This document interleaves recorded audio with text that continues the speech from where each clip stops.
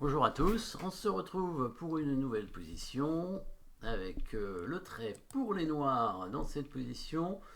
Les noirs qui ont l'initiative évidemment avec leurs deux tours sur la colonne ouverte. Le roi blanc semble en danger avec aussi la dame et le fou qui sont prêts à attaquer.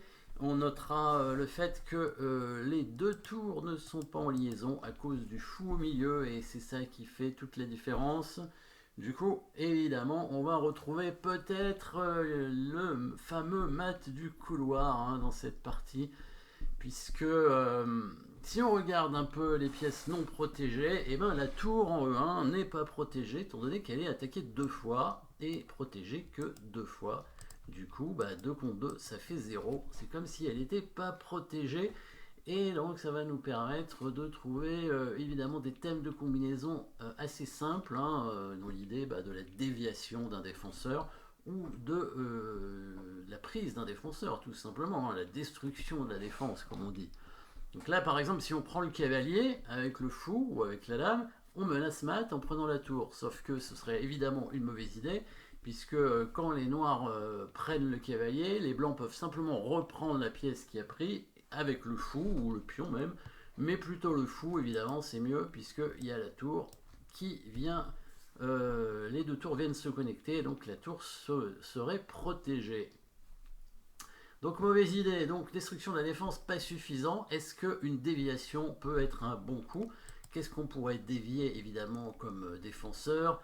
Alors le cavalier, on peut pas trop le dévier, on peut l'éliminer mais on peut pas le dévier. Est-ce que la dame, on pourrait essayer de la dévier? Peut-être en l'attaquant, ça pourrait être une idée, attaquer la dame. C'est un coup forcé, le fait d'attaquer la dame, sachant qu'elle n'est pas vraiment protégée, puisque le cavalier doit lui défendre la tour. Donc ça peut être une idée de venir attaquer la dame.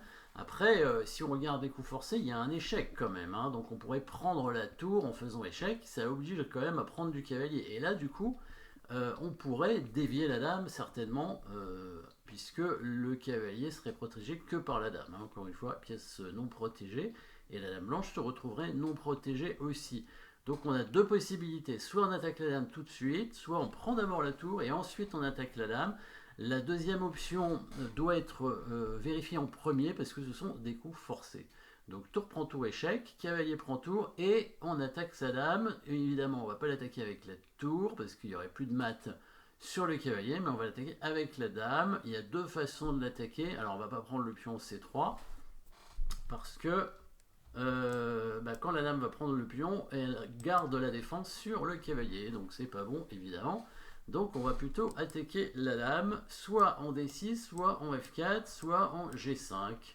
Voilà, trois possibilités pour attaquer la dame, sachant qu'il y en a une qu'on peut éliminer tout de suite, c'est dame G5, étant donné que le pion va avancer en F4, les blancs vont simplement parer l'attaque de la dame et se donner une case pour le roi. Donc il n'y aurait plus de mat du couloir. Il y a un autre coup qu'on va peut-être éliminer aussi, c'est le coup dame D6. Pourquoi? Parce que la dame blanche n'est pas obligée de bouger. En effet, le cavalier pourrait se mettre devant et finalement la dame se retrouve un peu protégée par ce cavalier. Voilà, donc le bon coup, c'est bien le coup de dame en F4 qui va permettre l'attaque sur la dame en D2, dame noire imprenable, sinon il y a le fameux maître du couloir. Et si le cavalier revient défendre la dame, c'est le seul coup, j'ai l'impression, parce que si la dame bouge, le cavalier n'est plus protégé, donc il est pris. Et la seule façon de défendre la dame, c'est de ramener le cavalier. L'idée, c'est simplement, si les noirs prennent la dame, on reprend avec le cavalier. Et sur l'échec en E1, on va couvrir l'échec avec le cavalier. Et la partie continue. Même si, évidemment, dans cette variante, les noirs vont finir par gagner une pièce. On gagnerait le fou en D1. Les noirs auraient quand même une pièce d'avance, c'est quand même beaucoup. Mais on va essayer de faire mieux, on va pas s'arrêter à une pièce, c'est tout, c'est pas beaucoup quand même une pièce.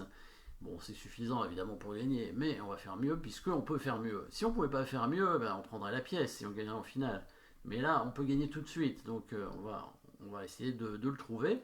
Donc le cavalier revient en F3 et là, cette fois, on va détruire le défenseur, donc destruction de la défense, très, très basique, puisque finalement c'est même pas un sacrifice, on va simplement prendre le cavalier avec le fou.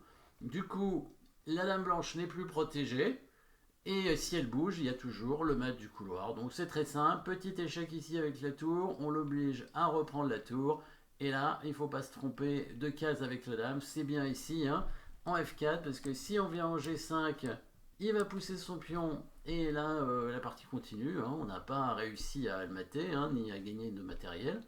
Là, il n'y a rien de spécial, on peut faire un échec, mais il va bouger son roi, donc ça change, ça va rien faire d'intéressant.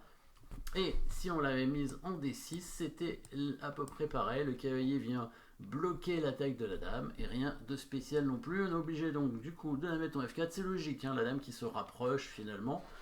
Et on empêche tous les coups qui nous gênent. Bien entendu, la dame blanche qui ne peut pas bouger en protégeant son cavalier, il est obligé de revenir défendre sa dame. Et là, simplement, une petite prise du cavalier. C'est le défenseur, on le prend.